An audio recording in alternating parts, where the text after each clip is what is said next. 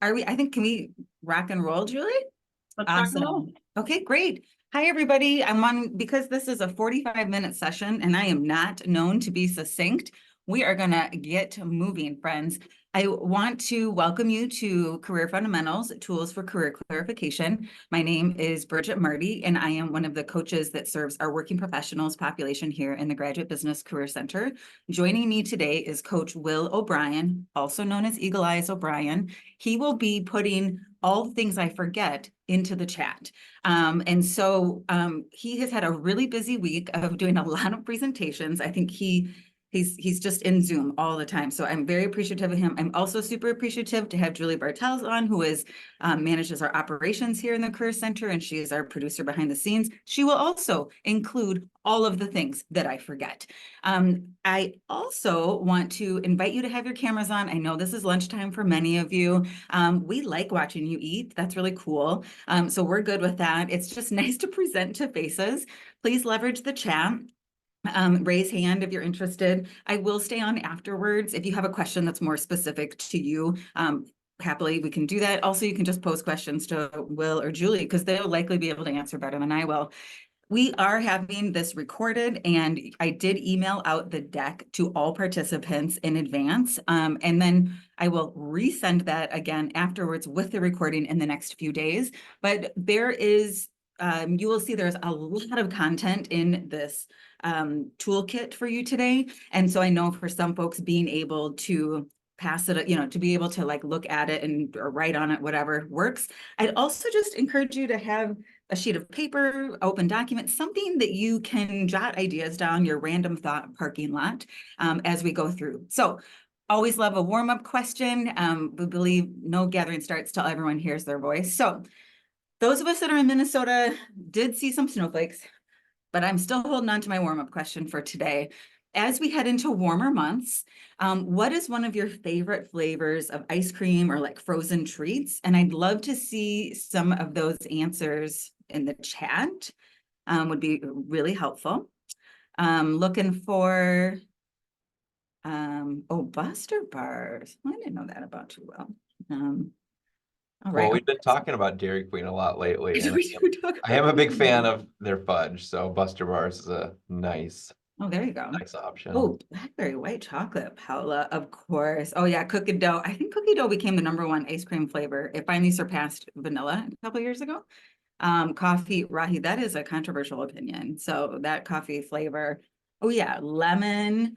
Oh yeah. Oh, mint chocolate chip. Yes. Oh, I think that actually probably is the most fitting flavor for right now. As we have cold winter-ish weather, but we're super close to spring. Oh, blizzards, Amy Carlson, you know how I feel about blizzards. We talked about that earlier in the week.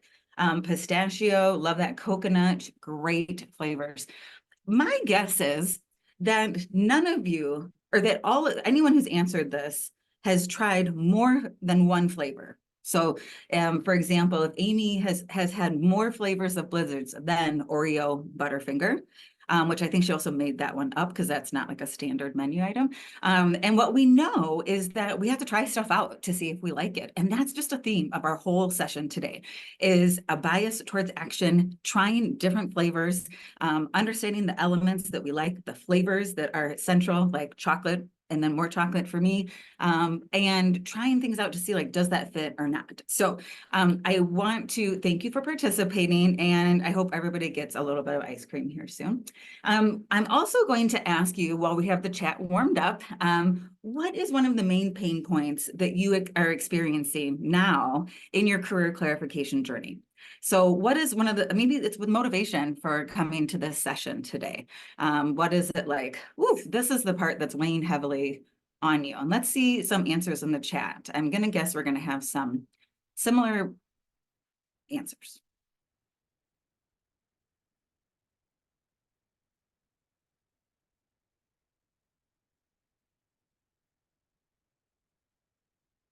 Or everyone is feeling really confident in their career journeys right now. I think I realized, like I was doing one this morning, and it takes a little while to enter. Oh. And there was people like that I was just asking for percentages. Oh. Like, you don't even need to put the percentage symbol in there. don't Oh, slow down with that. So yeah. just gotta Um, let it breathe a little bit.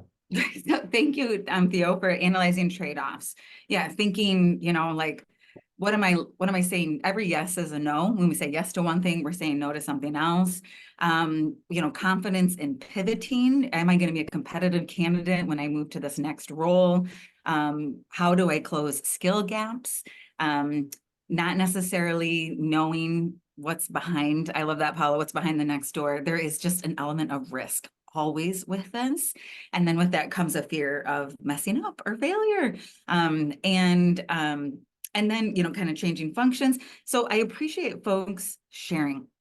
If anything, I just hope this reminds you, this is something that we all are working on throughout our lives.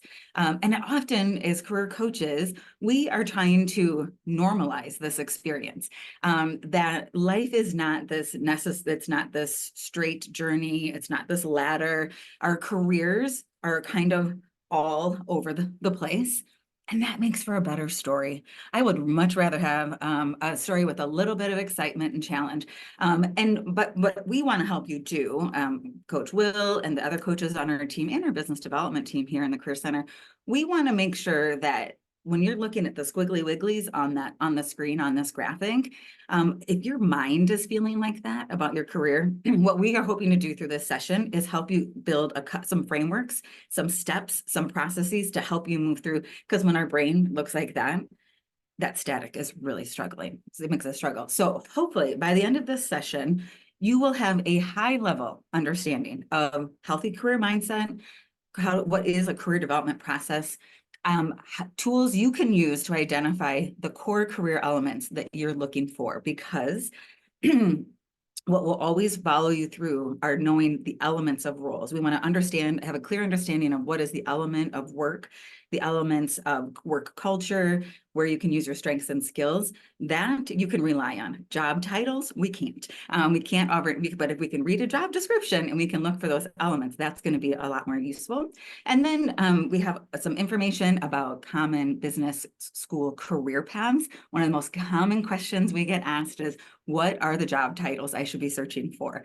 What are the companies? What are the industries? And then at the end, just inviting you to have a plan to move forward and to connect with your coach. So we are going to begin with mindset quickly.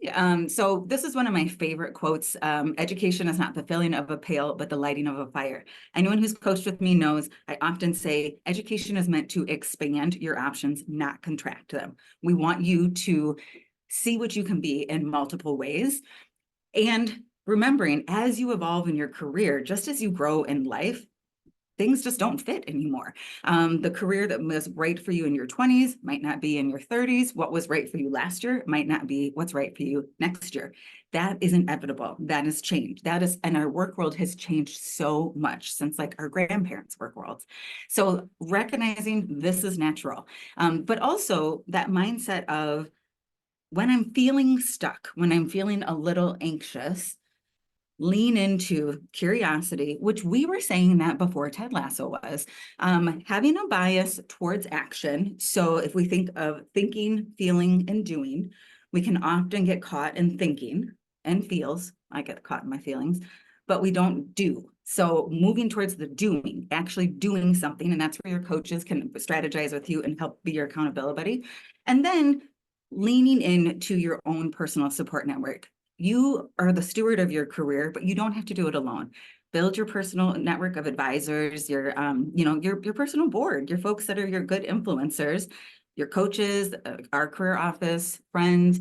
We're going to help you with this, but I just remind you, career is a team sport. So high level process, what we're focusing on today for the sense of career clarification, trying to clear the fog a little bit, create some clear functions, industries we can move forward in. We are going to start with internal reflection, because you have to be able to lead from within, then research tools so that you can identify roles and industries and functions, and then how to learn a little more. The framework we use is design thinking, which I think is pretty common here in Carlson. We know that a lot of folks are familiar with this idea.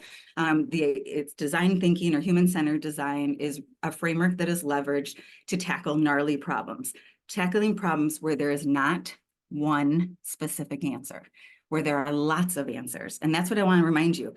There are lots of directions you can go in career. What we want to do is help you find a few of those key directions to start moving towards. And again, a career option can feel right for you for these next few years, and then you're going to want to shift to something else. And you can always use this framework. So we're going to begin with empathizing, which really means empathizing with our customer. And you are our customer. You are your own customer. So I'm going to high level cover a couple of really cool, helpful reflection activities that you can use to understand your core career elements. I think of this like if you're house hunting or you want to, I like to play Powerball house hunting. I'm really interested in the Powerball. I would really like to do more research on how I can win. And if I think about like, what are those elements that I would want to have in my Powerball mansion? I want a music listening room. I want a puppy room that's just always filled with puppies. I know there's a couple of elements that I'm going to want in that space. So when we're doing this empathizing, it's an opportunity for you to reflect on what are some of those core elements that you would want in that career or in your cool house. So what are, in your minds, what are some of the factors that you take into consideration when you are selecting a career path or a job? Like, what matters to you? What's the stuff that you want to understand more about? Salary, yes. Money, money, money. And the bennies. Oh my gosh, those benefits. Because there's some really cool ones out there. Oh yeah, the commute, right? Because Will doesn't have a helicopter yet to get to campus. Flexibility and location and timing. Flexibility is one of the most common things we hear. The opportunity to be an adult and own your day like an adult. Opportunities for growth. Yes, Nyara, that is really common. We hear more and more folks want a developmental path. They want to know, where can I go next? Looking for what is that work-life harmony going to look like? You know, how does my role blend with my life? Do I have, who is the team? Who's the leader? Thanks, Will. Who do I have to work for? And more money. Yes. Oh yeah. And title, Jake. Yeah, absolutely. Title progression, right? That's something that is important. So these are all really natural factors. That's also a lot of factors to try to consider when we are working on career clarification. This is just like a nice broad overview of all of the things that input into your career. Looking at things, do you need sponsorship? What kind of lifestyle are you looking for? Do you like an 8 to 5 lifestyle? Do you want do you want to work 2 days a week? I'm interested. That's cool. Practical needs. Where does your personality? Where do you fit? Where are your people? I have definitely learned, like, there's some groups that they're not interested in my energy. That's fair. I want to go where my energy is okay. What does success look like? What does work look like? What did that look like growing up and in your family, in your peer group, in your community? Because I often say you can't be what you don't see. And if we think of like kids, when you ask kids, like, oh, what are some careers you'd like to explore when you grow up? And they'll say the things that they've seen: teacher, coach, astronaut. I don't know why I don't know how they're seeing astronauts, but probably the common careers that are showing up in like books. I want to be a veterinarian. I want to be a dog trainer. They don't say, I want to be an MBA career coach. I want to be a transfer pricing analyst. I'm really interested in less than truckload logistics price negotiations. They just don't say those yet. So these are just a few of those factors. And today we're going to focus on the things that are on the left side of the screen. Again, internal. So our goal when we're looking for today is understanding core career interests, functions that could be of interest in industries. These are the pieces that go together. So we think of, it always starts with like, what do you know to be true in your heart in terms of skills and strengths? And then those manifest or match into functions, the daily work, and then those are in industries. So in this deck, which part of your homework is going to be to go back through the deck and do these exercises when you have time and you're not doing this over your lunch break. But these are some of the main tools that we would recommend for identifying your core career interests. So career values, what is important to you? There's a ton of research that shows that when you are able to do work in an environment that aligns with your personal values, that is more sustaining than your interests. So we have to make sure you're taking time to know what are those career values, what matters to you. And things that can matter to you can include meaningful work, salary and benefits, like we were saying in the chat earlier, opportunities to learn and grow. But most of you haven't even done a values exercise because that's not something that we normally assign to you. And so one of the pieces of homework will be encouraging you to visit the website that's embedded into the deck to do this values exercise. These are just helping us learn some of the elements that we're going to want to make sure in this next role. Next is thinking of skills and interests. So a skills inventory, like what are some of those core skills that come natural to you? One of mine is that it comes naturally to me, and it's something I'm always refining, is my presentation ability. I am never nervous getting in front of a big group.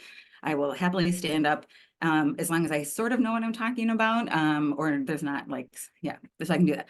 That's one of my skills. Quantitative analysis, not so certain. So the UMD up at Duluth has a great skills inventory that's free that walks through really common business skills. Gives you more language of what are the things that are interested that you're good at. In addition, here in the Career Center, we offer the tool Career Leader, which is an assessment tool that was developed by MBAs. And folks will sometimes think, oh, this is only useful to MBAs. I don't think it is just for MBAs. I really think it's anyone interested in business careers. And what I love about the tool is you complete the assessment once you get a referral from your coach to do it. And you get a report at the end that identifies what are some of your interests. How are you motivated? Are you motivated by being part of a team? Are you motivated by money, by title and prestige? What are some of those skills that you bring to the table? And then it offers ideas on like ideal work cultures, like a high collaborative culture or more of an autonomous culture. And then it offers suggestions for a career match. It does not prescribe careers that you should do. It gives you ideas of where to look. And so I encourage you, if you haven't done Career Leader yet, to think about doing that and talk about it with your coach. Clifton Strengths is one of my favorite tools because this is a tool that is based on positive psychology, and it helps us understand it's about a 20 to 30 minute assessment, and it helps to identify what are some of your natural talents, ways of thinking, behaving, doing, that throughout your life you've been able to add some time and energy to, and that turns them into strengths. And what's neat about these strengths is that they can also be segmented loosely into 4 different ways of leading or showing up in the world: strategic thinking, influencing, executing, or relationship building. So when I am talking with candidates about Clifton Strengths, if I have this candidate who comes in and says, I have 3 of my 5 top strengths are in strategic thinking. Great. I want to make sure that they're in a role, they're working towards environments where they have time and space to think and contribute to the thought process behind something. If I have folks, we have one of our full-time MBAs who has, I think he has 4 of his 5 strengths in influencing. Influencing is just that, influencing. Like, they're the original influencers before Instagram influencers. Love to spread the good word, love to show why that work is meaningful. I want those folks spreading the good word about the work they're doing. I want those folks out in front. So when you do a Clifton Strengths assessment, there's the video embedded in here that talks more about how to leverage it. And I have a couple of examples of tools. When I emailed out the deck in advance, I also included a document that shared really interesting language about like all 34 strengths and verbs that you can use in a resume or cover letter, examples. Even if you haven't done the assessment, you can read through that document and pretty much figure out which some of your strengths are, which can be helpful. Again, we're identifying elements that will be helpful in that next role. So with someone who has developer, they have a natural inclination towards moving something forward. And so being able to, they see those micro improvements in something. And so Will, that is Coach Will's, and Coach Will has been not only like a career coach, but he's also coached with his kids' soccer. He gravitates towards that, right? Because developers love to develop and they love to guide and lead. And there's a lot of different ways that you can do that. So we also can work with you as you think about what are some of your different strengths and being able to align those to position descriptions and see where those might fit. The next tool is energy assessment. And I give credit to Coach Will for the graphic up in the corner of the, I don't know, the person who's stretching. That's how my back feels right now, Bridget. Yeah, it's I think what is those like deadlifts when you do those? Yeah. Yeah, we've all had days where we feel like that. And so one of the things when we're identifying what are some of these elements, right? We're trying to identify these core career elements. Being able to just look at your current lived experience of the last, few weeks. What are the top 8 to 10 things that you do throughout the course of your work life, academic life, personal life, volunteer life? And, jotting those things down, like what are the things that you invest your time and energy in, and then mapping it so you can get a visual to see, am I getting, when I'm done with that activity, do I feel energized or do I feel like I'm dreading doing it and I feel really like depleted afterwards?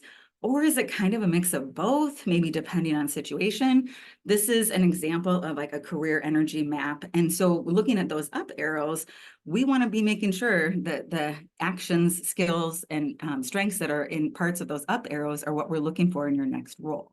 The things that are down arrows, we want to avoid. So you can do this. You have a slide in your deck where you can also work through your own energy map.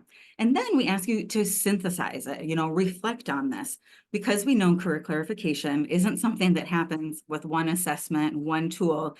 It's like a crock pot.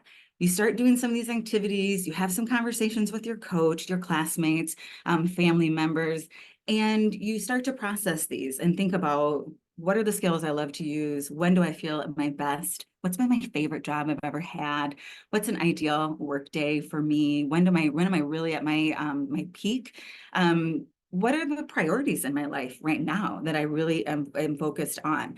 And as you synthesize and reflect, I'll say when you're meeting with one of the coaches, as you're doing your discernment and kind of career clarification, these are the things we're asking you. These are the things we're interested in knowing more about.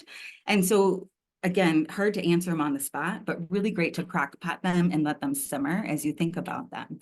And then ideally, you're coming to a point where this is a very busy chart, but you're able to visualize, jot down your core career elements, because these will serve as a decision matrix for you. When you are evaluating what types of opportunities, what types of roles, companies, industries to pursue, we need to have something to go back and like benchmark, assess against. So if I have someone who says, hey, Bridget, I am meant to do management consulting. That is my dream. Awesome. And then I say, let's talk about what are other priorities in your life, lifestyle goals. And they're like, great, I cannot work more than 40 hours. I want to only be working from home 7 to 3. Okay. So as we're evaluating management consulting opportunities, we need to identify, is this a top priority, your schedule, 40 hours a week, or is it a lower priority? What are you willing, is it a must-have or a nice-to-have? But we have to have something to evaluate those against so that you aren't wasting your time applying for roles that aren't going to be of interest to you. Next, so we've gone through that. We did the design thinking. We started with empathizing, understanding, what's going on with yourself, starting to define the elements and what you know that you're wanting going forward. And then we're going to move into the next phase, which is ideation. I'm going to pause and take a drink of water. And if there's any questions at this time, speak now. There was one that just came up. Someone did StrengthsFinder like 10 years ago, can't find their results or remember them. Is that something that they should retake, or is there a way to find those results? That's a great question. You can, you can often go back to cliftonstrengths.com and request like a password reset or a username reset to get your initial results. However, I would say if in the past 10 years you have had any type of significant life change, such as caregiving, changing jobs, going back to school, anything that maybe prompted other strengths to rise to the top, it would be worth your while to do the assessment again and just connect with your coach to get access to that. Okay, thanks. I know this is a lot of listening, so inviting you all, take a moment to do a little bit of stretching. Thank you. Stretching out that torso. I don't see you stretching, Matt. Please stretch. Please do some neck rolls. Thank you. Some neck rolls. I don't know about you all, but I find when I'm working, my left shoulder comes up and I will have to like push that down because I'm over 40 and that's what I have to do is push it back down. Okay, so we're moving into that next phase when we were thinking about empathizing with yourself, being able to define what are some of those core elements, what are some of our criteria, now leaning into like the ideation and starting to get a better sense of like, what's out there? What are some of my options?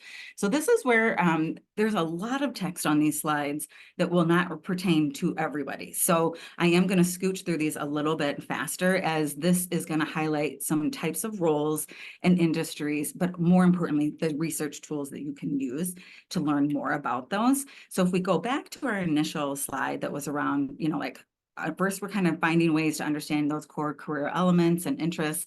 Now let's learn about like, how do we channel those into a function? And again, one of the most common questions we get are what are the job titles that I should have? And we're going to talk about functions and industries a little bit. The companies piece, I couldn't even get in the 45 minutes today. So high level, because we have folks from all different programs in this session, general common functional areas of business.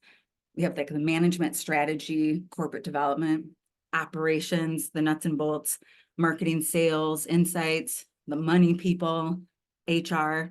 This is the most high level generalization that I can make here. Okay, so we just think really high level, and then we will start to get narrow. Common career paths that we see. So I went through some of our employment data, looking at, and our employment reports are a great resource that you can use for understanding your identifying some career paths. But what I wanted to provide you with were titles that you can use when you are doing some research on LinkedIn, Handshake, any of the tools that I'm going to highlight going forward. But these are some really common titles that we would see with folks who are just completing a graduate degree. So I would refer to these as more entry-level graduate roles that require an advanced degree and a few years of experience. So we have tools and titles related to consulting and strategy, which consulting you can do external or internal, technology, boutique. There's some different avenues. Operations and supply chain. We think about we're planning to purchase the things, and then we have to actually buy the things, and we have to produce the things, and we're going to deliver the things. And so I broke down some of the job titles for each of those areas as well. Supply chain and operations is a really, really broad field, and we're just talking about the function. Because remember, you have a function that exists within an industry, a supply chain that works within the ice cream industry, or a supply chain professional that works within the housing industry. Marketing and sales. That's a really interesting and big path for a lot of our students here at Carlson. So there is a breadth of opportunity within marketing, from working with brands, leading those brands, consumer insights, working in sales. Product management and product ownership can also be part of marketing, depending on the organization. We can also think of the industry side. Are you in consumer packaged goods? Are you in a tech company, medical technology? The titles change, which is why it's so difficult. That's why career clarification is tough, because job titles are not really consistent everywhere. And that's where your coach can help you in identifying what are some of those best phrases. Finance as a function. These are common titles that we'll see in folks that are working in the function of finance, not necessarily financial services as an industry. So the function of finance exists in most companies. It's whoever is dealing with the dollars. But financial services as an industry It's going to be more wealth management, banking services, commercial banking, investment banking, which is on a later slide. Human resources, just mixed things up, put a different kind of graphic in here. Big high-level pathways for HR, labor relations, recruitment, a generalist, information systems, training and development, some common titles.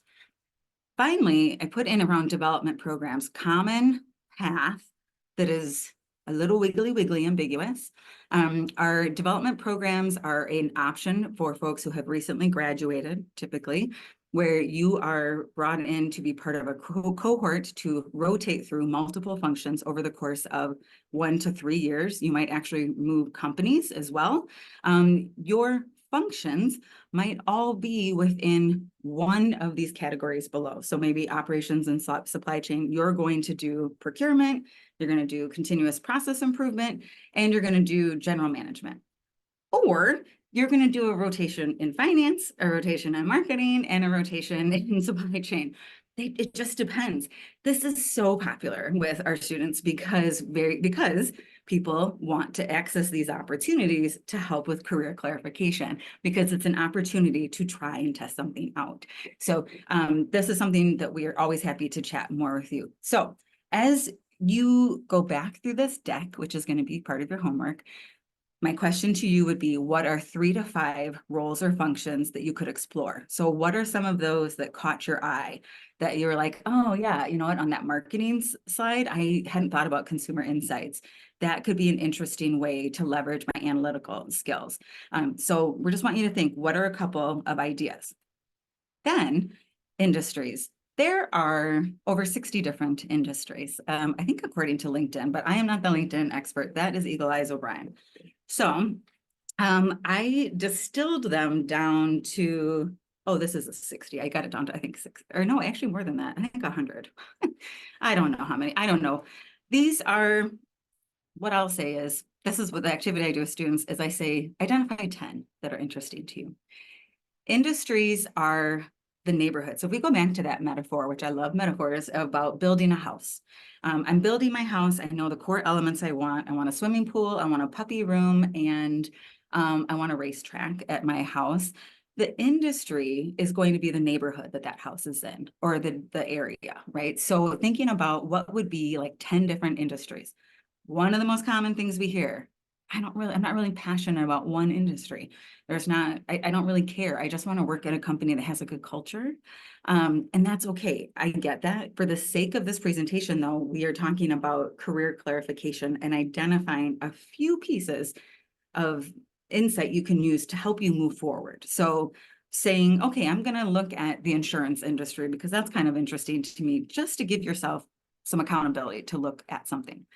So then we move to our final phase of this, which is bringing things together. As I mentioned in the beginning, we really look for our students and candidates to have a growth mindset and a bias towards action.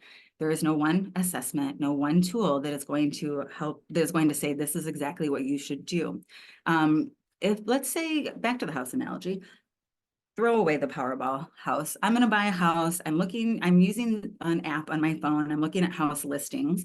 There's only so much research, there's only so much time I can spend looking at that house listing before I want to go take a look at it. I want to walk through it. And it's also it can be really affirming, or it can also be like, oh, I don't think I want this. And we don't know until we try. Also, it's like dating. Someone can seem pretty cool on their profile and you have some good chatting with them. And then you meet them and the spark's not there. So that's all prototyping. It's all engaging and experiencing. So we're going to talk about what are some of the ways after you have identified some of your core interests, you've identified a few functions and industries, what do you do to learn more? And we use the phrase prototyping because that is part of design thinking. Prototyping is cheap and cheerful, a quick something you can do in the next 7 days to have that bias towards action and start to learn something, how to just do something. And so we think of the question, how might I, or if you're working with a coach, we'll say, how might you learn more about X, Y, and Z? And we try to get as specific as possible, about how can you learn more about what is in that industry. So there are 3 different types of prototypes, and there's actually like really 2, but I put a first one, I made a third, which is research, thanks to Coach Will. Coach Will shared a really interesting insight the other day about when he's working with students, he'll say like, are you in the phase of wanting to like watch videos, learn, read articles, or then are you ready to like go and have some conversations? Which I think is fair because some of us are kind of act and then think. And so I'll be like, oh, I'm just going to schedule a call with somebody. And Coach Will is like, or you can read about it too and decide if you want to do it. It's a thoughtful approach. So what I didn't put in, so there's a bunch of resources embedded in this deck that you can use. This is 5% of what's out there. There are so many other resources. And if you read our monthly newsletter, which I know you all do, you'll see we have a wonderful list. We're always identifying, Coach Will especially is identifying podcasts, articles, resources that you can use. So we're thinking about that research mindset. How can I research more? Yes, well, is leveraging our websites. And I say sites because UConnect is like our main external facing site. That's the site you all use. Some of you may have somehow still using kind of our back-end website. Don't worry about it. They're all great resources. So each of these tools I'm going to highlight is listed here. They all have links in the deck so that you can access them as well. And these are going to be tools that'll help you learn more about the actual function. So like the job title, consumer insights analyst, or management consultant, or transfer pricing analyst. And then also learning about industries. So our website, UConnect, one of the pieces I really like about our website is we have a great tool about looking at the graduates from the last few years and where they have gone. Also, LinkedIn can help you do that, but this has it all summarized in some spreadsheet tabs where you can identify what are some of the types of companies and types of role titles, which can be really helpful for new graduates to get a sense of what that looks like. I also really love our tools, Careernomics, MBA Exchange, and WorkMaze, which are subscription tools that we have provided to students where you can really dig in and learn and see job descriptions around broader functional areas and companies, so that you can really start to see what you can be and start to see like, okay, I'm interested in marketing and I think I want to market within a company that has a product. And so I'm going to start looking like, what does marketing at Nike look like? You can look up that in WorkMaze and MBA Exchange and start to see job descriptions. And as you peruse those job descriptions, you're looking for examples of those core business interests. I'm interested in project management. I like to do analysis. These are some of the traits they're looking for in a marketing person. I'm a great fit. I'm going to apply. So we have tools all listed for you to do research on types of programs. And we also encourage you to use the library, which has some really awesome resources in terms of doing deep company research. This is especially great for folks that are maybe doing a more geographic change, which is one of the elements we think about with career. On that big graphic at the beginning, here's all the different elements. Geographic spots. So if you're like, hey, I'm looking for a job here in Minnesota, great. We don't have there's certain sectors that just aren't super present here though, right? So like good for like marketing, CPG, medical technology, but we don't have a huge cruise ship industry here. So that's something we have to think about, some of the geographic influences. Handshake, which you all use to register for this session. So I know you know how to use Handshake to look up employers in LinkedIn. Just talk to Coach Will. Coach Will can show you all of the tips and tricks about how to use LinkedIn to identify and just snoop. I love looking at our alumni and looking at their profiles. I don't judge their profiles. I'm looking at their profiles to see what was their title progression. How did they move in the organization? So I can get a sense of what some of those titles are, or how did they move with titles between organizations. Coaches, all of us have to we all start from a spot of not knowing all the stuff. We still don't know all the stuff, but we learn a lot through these tools that we're sharing with you because this is how we figure out the titles. So in terms of the final 2 ways to do prototyping, or the core ones, would be conversations, also known as networking or sharing career stories. We have great networking tips. I don't need to teach you how to do networking because we have wonderful resources, but don't ever underestimate the power of the Carlson community, your classmates, your coaches who are here to help you find someone. When you're like, hey, I am interested in seeing what I can be. I have some interest in a couple of these areas. People love to help students. They absolutely love to help you. It is a low stakes situation. It's the Girl Scout effect. We don't need to buy those cookies, but we do because it's a low stakes, easy thing. You think people aren't going to want to network with you, but it's a low stakes, pretty easy thing, especially when you're a student. And then we think about prototyping experiences. How do I actually get to try something?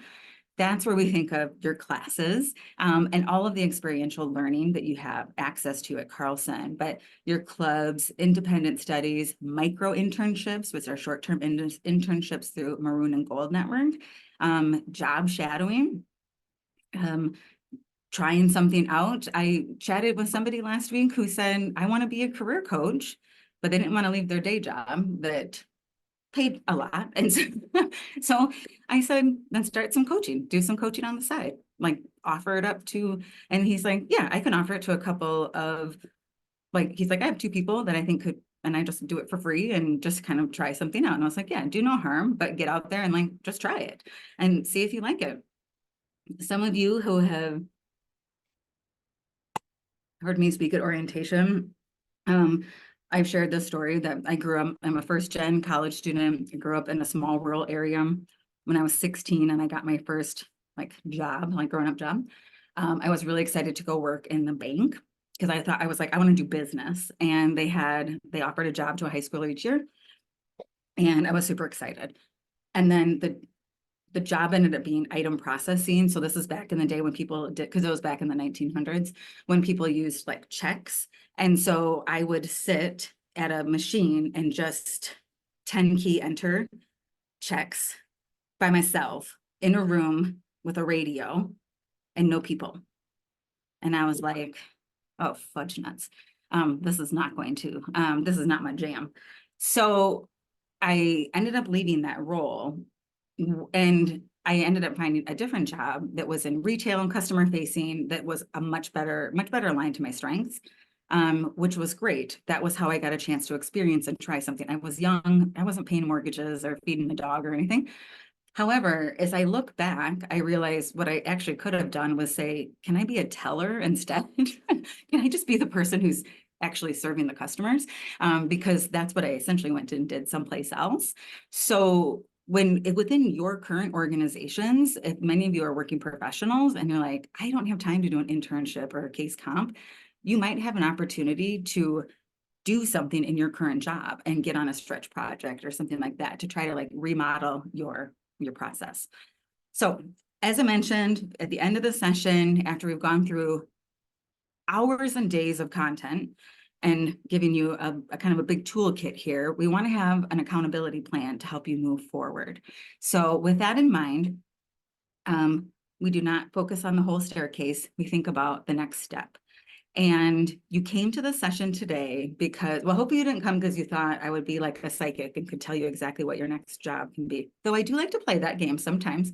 I think hopefully you came to the session because you were like, I need to get inspired to do something next. Like, what's my next step?